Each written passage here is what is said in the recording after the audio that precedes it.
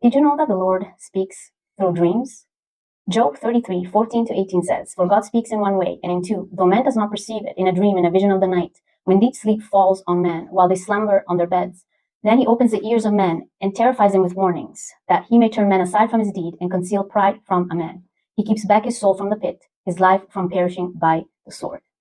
And one of the reasons the Lord speaks to us through dreams and visions of the night is because that is the only time when we are actually able to hear without any interference. Because during the day, a lot of the times we are so focused and so distracted to the things that are going on around us that we cannot perceive or hear what He's telling us. And there are so many more examples in the Word of God of the Lord giving warnings, interpretations through dreams, telling people about the future, in Daniel's story, Joseph's story, and in the New Testament as well.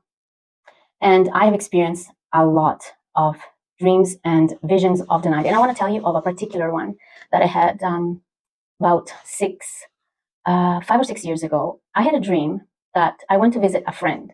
And this friend and his wife had been trying for years, like over 10 years, to have a baby. And they weren't able to.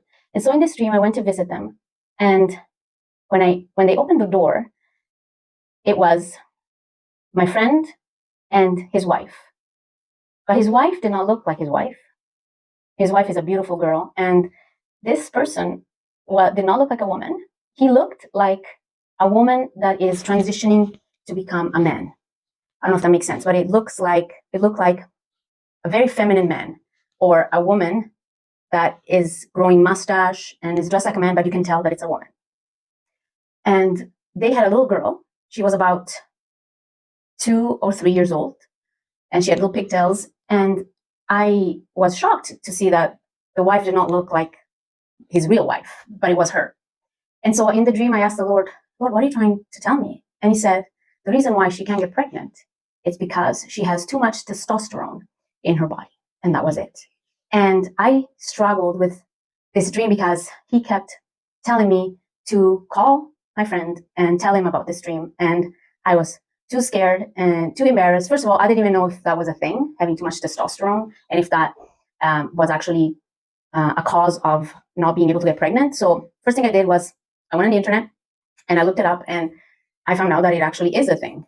And so I talked to my sister and I said, "What do you think I should do? Should I call? Should I not?" I was so afraid that they would be upset, or I don't know how they would react. So the Lord kept telling me to do it. So I was obedient, and with a trembling hand, I dialed the number and I spoke to him.